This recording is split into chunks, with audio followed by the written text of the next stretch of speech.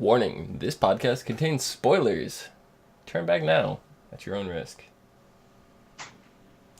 What's up, everyone, and welcome to TVCaptive.com presents the As Seen on TV podcast for the Vampire Diaries, Season 5, Episode 19, Man on Fire. This week, the travelers can undo any witch's curse with the doppelganger blood. Stefan is blamed for the murder of Maggie, and Enzo meets a tragic end. But first, I'm your host, Dom, and with me I have my co-host, Omikins. Hey. How's it going? Good. So, I think you've been on the same page as me with the series, and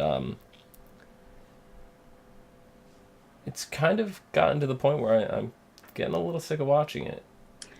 Yeah, it's only like a few more episodes, but yeah, it's been slowing down, so about now is where they'd pick back up. Yeah, and this episode was really good. I enjoyed this episode straight through to the end. And yeah. I don't know, it had a little bit of the Traveler stuff that you said last episode that you were getting really sick of it because it's been there from the very beginning of this season, and it's kind of been this underlying tone that's slowly been the overarch of the season. Yeah. And it's still kind of there. It's present in the background, but I didn't notice it nearly as much. And I guess the point, the head of which they came to this episode, which was the doppelganger blood, being able to reverse the witch's curse. Yeah. Was really interesting spin on this whole thing. It really was, yeah. Because we had last season, they were looking for a cure for vampirism. And technically, they have one. Technically, there is one, but it doesn't mean you're cured so you can live on. Right. But that's not to say that they can't use some kind of witch magic to coincide with traveler magic. Yeah, so, it's true. We don't know. But I loved how Marcus used Sloane as the... How do they put it? Guinea pig? Lab rat? He said guinea pig. But guinea pig, lab rat. Yeah. That whole thing, the way he worded that was really awkward. He just like paused and I yelled at the TV. I went, guinea pig? And then he goes, guinea pig? I'm like, see? You're welcome. I don't know, what do you think about this whole being able to do... It's not just vampires though, it's any witch's curse or spell or incantation or anything. So this not only does vampires, it does werewolves, right? They're a product of witchcraft as well. Who knows what else? I don't know. Are werewolves? We know vampires are for sure. I don't know if werewolves are a product of witch magic or not. Well, I know when Esther made the original family, werewolves had been around before her. Right. So maybe werewolves are a natural thing. Well, there's a natural considered supernatural. Yeah, natural supernatural. Yeah, we never had the origin of werewolves explored. No. That's something that I'd like to see that explored for sure. But I don't know, like a lot of the spells and stuff associated with them, like they're doing on the originals, the Moonlight Ring, which is kind of clever. I liked it. Stuff like that, but everything like that can be undone. Poor Father Kieran, who's been cursed on the originals, they could have undone this with doppelganger blood. Oh, that's horrible. Now that I think, no, that's bad. You shouldn't have brought that up, because now I'm upset. Poor Father Kieran. Yeah, I don't know. It's just anything that you could possibly think of could be undone. Like, I don't know. Obviously, some of it's bad. Like, I'm assuming this would undo the original vampires as well. Yes. So, doing that to Klaus would kill him and the entire vampire bloodline that we know, and like our group of vampires anyway. That includes, Tyler, Stefan, Damon, Elena. Yeah. So wipe them all out. I don't know. What do you expect we're going to see out of this? Do you think we're going to see some major reversal? Are they going to reverse the curse from the other side using this? To be honest, I think it's, a meaningless threat right now. I mean, it's a threat and it's there, but as far as the show goes, I don't think it's going to go anywhere other than it being there. Yeah, being a possibility. It's not going to go any further than, there might be a couple vampires that they uncurse, but they're going to be meaningless. They're going to be, maybe, Tyler will be the next guinea pig. You'll have the vampire side of him reverse, but he'll still be a werewolf. Oh, that's possible if werewolves are in fact a natural supernatural creation. That'd be interesting. But I'm thinking maybe this is going to be used more in terms of the other side, because last episode we found out that this is all unraveling, and then this episode we found out for sure. You guys were guessing last episode when we were talking about whether or not Bonnie would die in result of this, and she says that she will. Yeah. So if they undo that curse and no longer make her the anchor, or even undo the other side in general, using doppelganger blood, which seems like might be Marcos's plan, since that's where he came from. Who knows? That could bring all the travelers back. That could bring all the werewolves and vampires and witches and everything that we've lost. Grams and Alaric and Cole and... A lot of people coming back if that happens. I don't know. That's too much. But maybe some of them will get sucked away in this black hole. Like Vicky, I think, is gone. I don't think Vicky's ever coming back. Yeah, and Catherine, too. Yeah, we don't know what happened with Catherine. She just got dragged out of a church. We didn't see her get sucked into a black hole. I think she went to supernatural hell. I didn't see Vicky go anywhere. She just flew off ripped screen. Into the sky, which I thought there was like a big black hole in the sky. I don't know. I could be wrong. No, I didn't see anything. Yeah. The sky was just dark. The whole sky. Yeah, I don't know. I don't know. There's a lot of potential with this storyline. But I kind of agreed that it's probably due to the amount of episodes that are left. We're on episode 19, so we have 3 episodes left. Yes, I think they stop at 22. Yeah, so they can't do a whole lot unless they're going to do something major, and then that's our cliffhanger. Which, now that I come to think of it, probably will be. They're probably going to destroy the other side. Oh, that's rough. They're probably going to destroy the other side, and that's how the season's going to end. Which will make me very excited for next season to find out what's going on when that happens. Yeah. But, yeah. I don't know. Here's hoping. But, so also this episode, Enzo has been searching for Maggie. And he finally has a lead. And, he believes that Stefan, was the one that killed Maggie. Because her head was ripped off, all Ripper style. Were you thinking at first this was Stefan? Were you believing this rumor? I knew it was a possibility because he really doesn't remember anything from when he was a Ripper. If fragments come back, he tends to start to remember. But in most cases, if someone says that person and it's their head ripped off in a picture like Maggie, he's gonna be like, I don't remember doing that because as Ripper, he doesn't remember. Right. But I don't know, as he examined it and really his memory started coming back as he's looking at the photo and trying to remember and everything, it seemed like he knew he didn't do it. But he totally knew he didn't do it. But then he said that it was him. Why would he take the blame for that? There was a circumstance. It was something, it had to do with Enzo hurting somebody. And it was Liv. He's like, I did it. Just let her go. Yeah, it's Liv. And was it Liv or was it Elena? I think it was Elena at that point. Elena was next to him, still tied up with vervain rope. Oh, no, it was Bonnie. Oh, it was Bonnie. Yes, it was Bonnie. Yes, this was before we found out about Bonnie. Liv. Yeah, sorry, Bonnie. We just talked about you, Bonnie, for like 5 minutes before. We're not sorry. Yeah. Sorry, not sorry. So, yeah, but then through that whole escapade, we learned that Liv is actually working with Enzo, but not for the reasons that she wants to. It's because she has to. Yeah. Enzo has Luke held captive and is threatening him, and has the entire study hall area compelled. Yeah. That's crazy. Yeah, it was pretty crazy. And Elena's just sitting there like, how? What? How? He's like, well, I got here at 8, you got here at 9, you do the math. Exactly. Smart ass. I love Enzo. I don't Enzo know. was one of those characters, I did not like him at first, and the more that they put him on, the more he grew on me.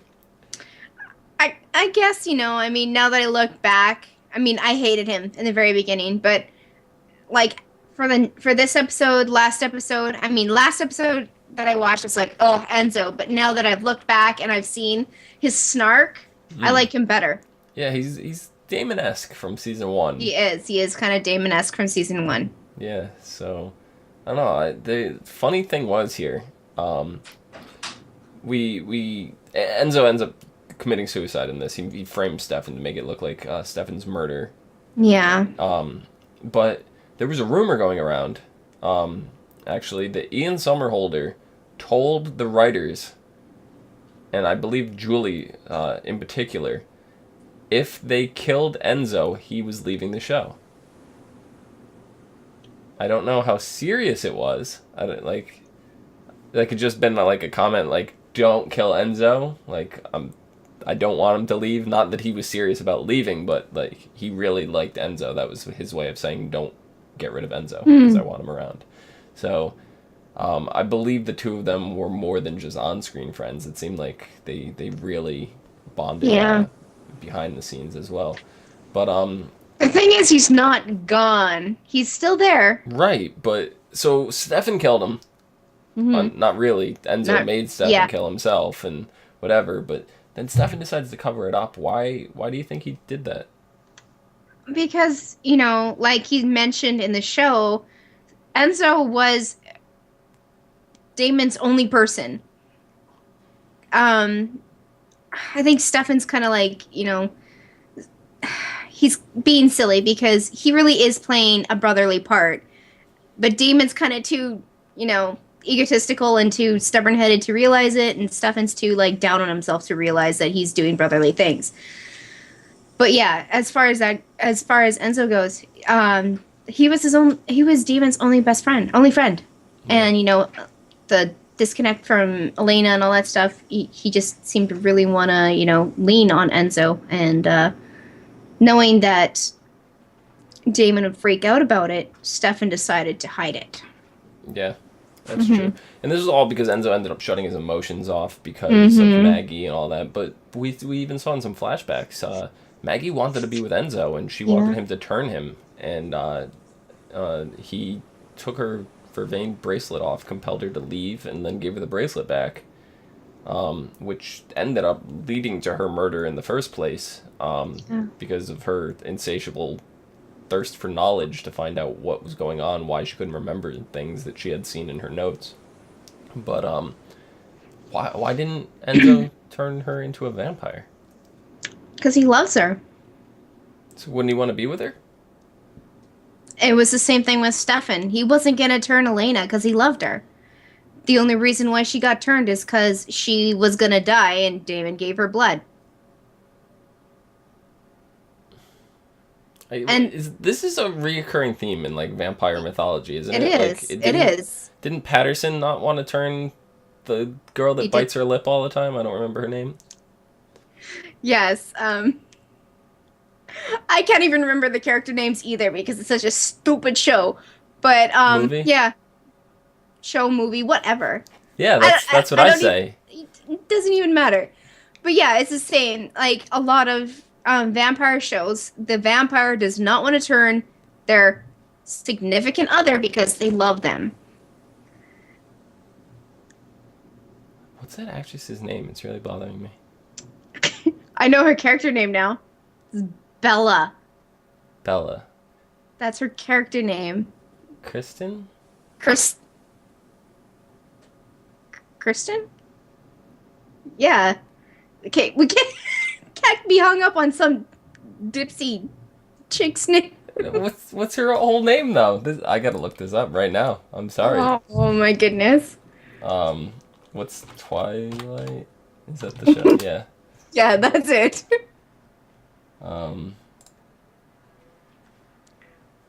Stephanie. No, that's the person. Where's the movie? This is the worst. You should have just looked up the. I am. I'm getting closer. I'm getting closer. I'm following the Wikipedia trail. Here we are. Kristen Stewart. Okay, Kristen Stewart. I'm There happy you now. go. I'm happy. All right, whatever. Even though, what does that have to do with the show? Why do we have to look that up? Vampires. That's Okay, the only perfect. thing that it has to do with this show. Why don't you sparkle? Because I live in the real world where vampires burn in the sun. Wait, what? That's I'm supposed to sparkle? No, that's Damon. Damon and Caroline quote from season 1, episode like 2 or 3. Right. When Damon's on the bed reading Twilight. See, now I took this completely off tangent thing and looped it back in. So we're good. We're good. Look at that. Yeah, I don't know. Like, if I was a vampire and I wanted to be with somebody, I'd be like, I don't care if you want to be a vampire or not. Drink this, and I'm gonna snap your neck. That's how much. That's romantic. I know, right? That's straight from the heart right there. I would make you drink my blood and then break your neck. It's great. It's my new pickup line. So Enzo ends up vowing his revenge on Stefan, especially now that he's watching over Stefan. Before he passes through Bonnie, he's watching over Stefan and sees that he's covering it up. Then we see Bonnie get a phone call. He gets a call from Stefan. She gets a call from Stefan saying that Enzo's dead and explaining the whole thing. She doesn't tell... She's with Jeremy, I think. Jeremy. I'm totally blanking out on names right now. No, that's really stupid. If it was Jeremy, he would have been able to see. Because he can see dead people. No. He can't. I thought he could. He can see certain dead people. Okay. He can see ones that want to be seen by him. Like, what was it? Anna? Anna was one. I think Vicky was the other. I think those are the only two he's ever been able to see. I don't think he's been able to see, like, Cole or Alaric or anything like that. Was he able to see Alaric? Or was that only Bonnie? That was only when the veil was down. Okay. So as far as we know, it was only Anna and Vicky. So, don't know. Okay. So yeah, he's with Jeremy. She was with Jeremy, and Enzo ends up saying that he's gonna get his revenge. He passes through Bonnie, so everything's fine. It's all done, or so we think. So we think. Until we see Damon and Stefan chilling out on the couch, drinking some, I don't know what. Whiskey, bourbon, who knows? Yeah, and we see Enzo standing over them, still vowing his revenge. Yeah. How is Enzo there after he just passed through Bonnie? That veil be broken and stuff. It's probably easy for him to get in and get out. But he's not completely out, right? He's only able to view at this point. He's not physically there. He can't, like, go up and kill them. No. I mean, if he stayed out long enough, I'm pretty sure he could gather the strength to move things. But that's the lore with most, supernatural ghosty things. But the whole veil thing will come to a close, and Enzo obviously will be revealed. I don't know. It's going down a weird road right now. Yeah, so the rumors going, that Ian didn't want Enzo to leave the show. If that's the case, even killing him off and still having him on the show, he's still going to be happy because he could still work with them. So I don't think it was ever serious to the point where he really would have walked off the show or anything like that. But no.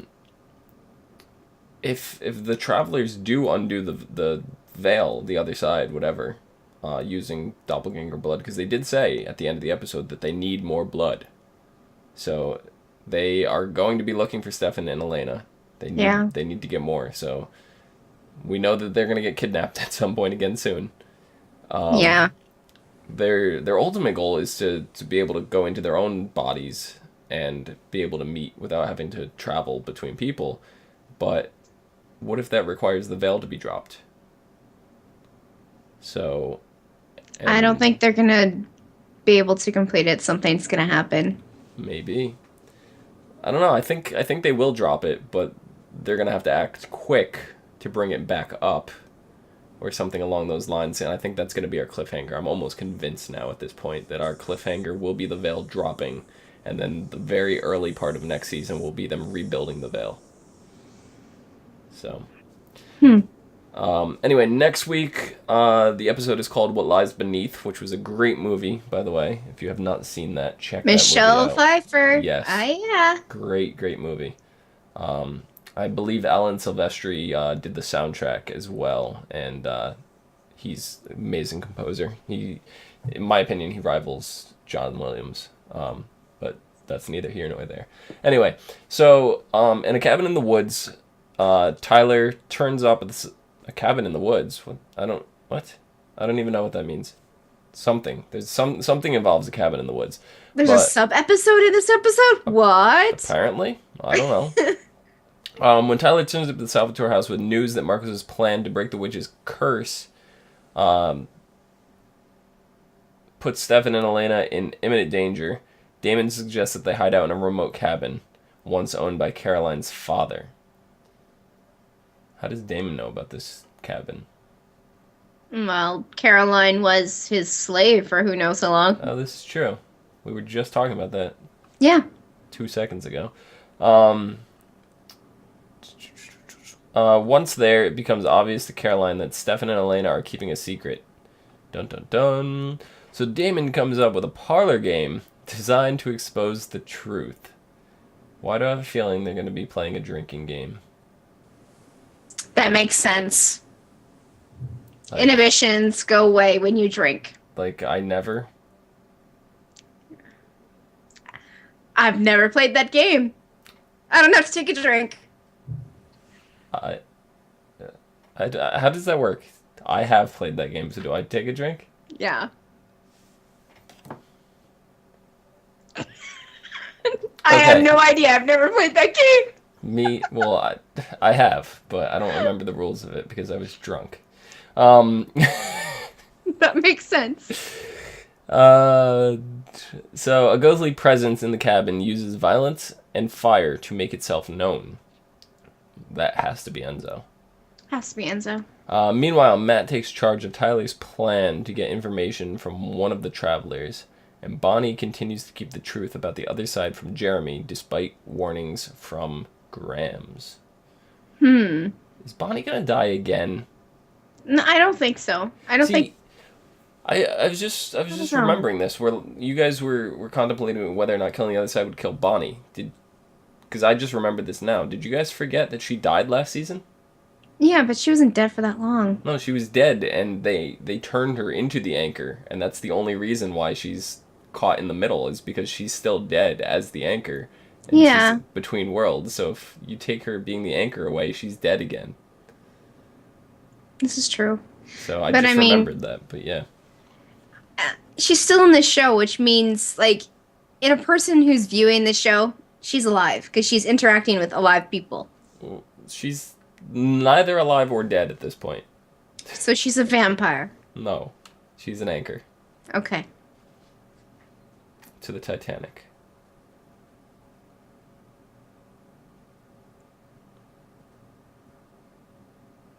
She's sinking. I'm